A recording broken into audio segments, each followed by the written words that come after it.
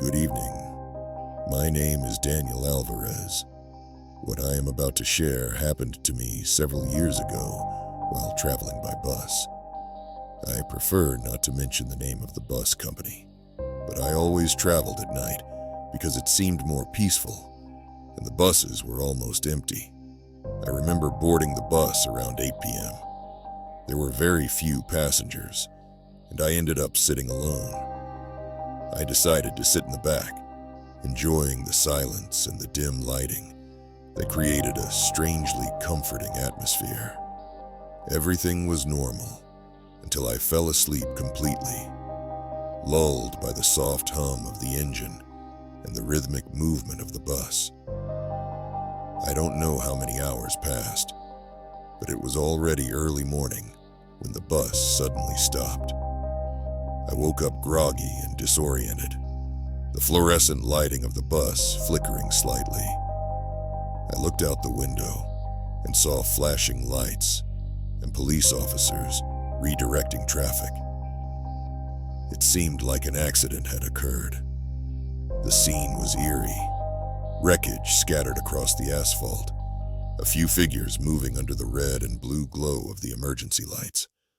We were at a complete standstill when an older man boarded the bus. I didn't see how the door had opened for him, or why he was allowed to get on, as the bus had a partition blocking the driver's area from view. I simply saw him walk in and sit right next to me. There were many empty seats, but for some reason, he chose to sit beside me. A strange chill ran down my spine. The man looked disheveled, his clothes wrinkled and torn in places, his hair messy, as if he had been in a strong wind. The air around him felt heavier, as if an unseen presence loomed over him. I told myself I was just imagining things, that perhaps he had been stranded and the driver had allowed him to board out of kindness. But something didn't feel right. The bus finally started moving again, leaving the traffic behind as we continued along the dark highway through the mountains. Out of nowhere, the man who had just boarded began to cry uncontrollably. The sound was unsettling, not just sorrowful, but filled with an agonizing despair. It was a deep, hollow sob that sent a wave of discomfort through me. I started feeling very uneasy. I didn't want to, but I felt it would be rude not to ask if he was okay. So I did, but he didn't respond. I didn't insist, but the whole situation made me nervous. The sobbing continued, each whimper echoing in the quiet of the bus. I should mention that he looked rather unwell. His skin was pale, almost sickly, and his hands trembled slightly as he gripped his knees. I hesitated to change seats because I didn't want him to think I was avoiding him, though, in reality, I was. Eventually, I gave in, as I really wanted to sleep and relax. I stood up and said, "Excuse me," before moving to a seat toward the front. Just then, one of the two drivers emerged from the aisle, heading toward the restroom. Seeing me switch seats with my bag, he asked if everything was all right and why I had moved. I quietly told him about the man who had boarded during the accident and how he hadn't stopped crying. I also asked if he could check on him. The driver gave me a confused look, as if I were speaking nonsense. He asked, "What man are you talking about? No one has boarded the bus since we left the station."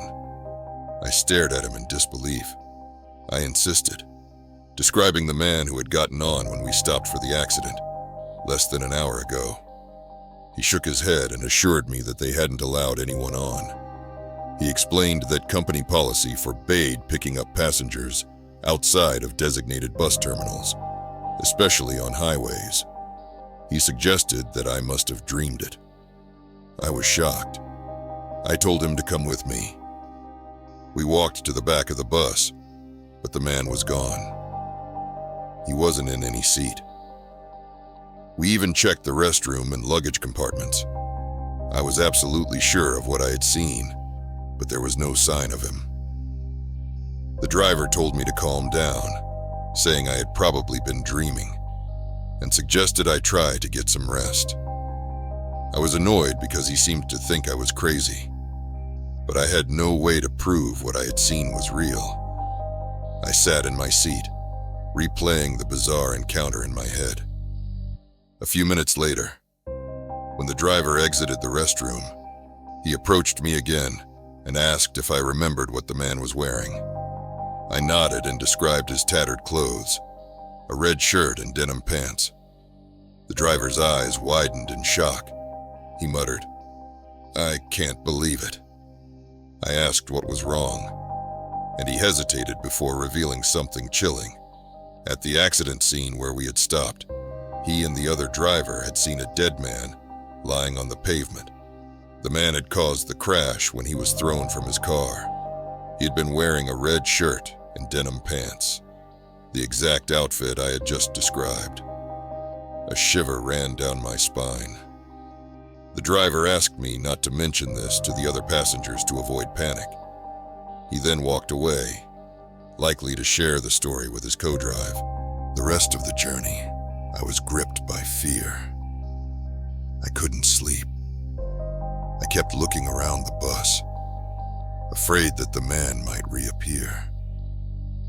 Every shadow, every flicker of movement outside the window made my pulse race. I could still feel his presence, as if he had never truly left. I half expected to hear the sobbing again, echoing through the silent bus, but there was only the sound of the tires rolling against the highway, taking me farther from the nightmare I had just experienced. That night, I understood why he had been crying so much. He was a lost soul, unaware that he had died. Since that experience, I only traveled during the day. That night left a mark on me forever. And if there's one thing I am sure of, it's that I never want to see another ghost again. Good night, everyone.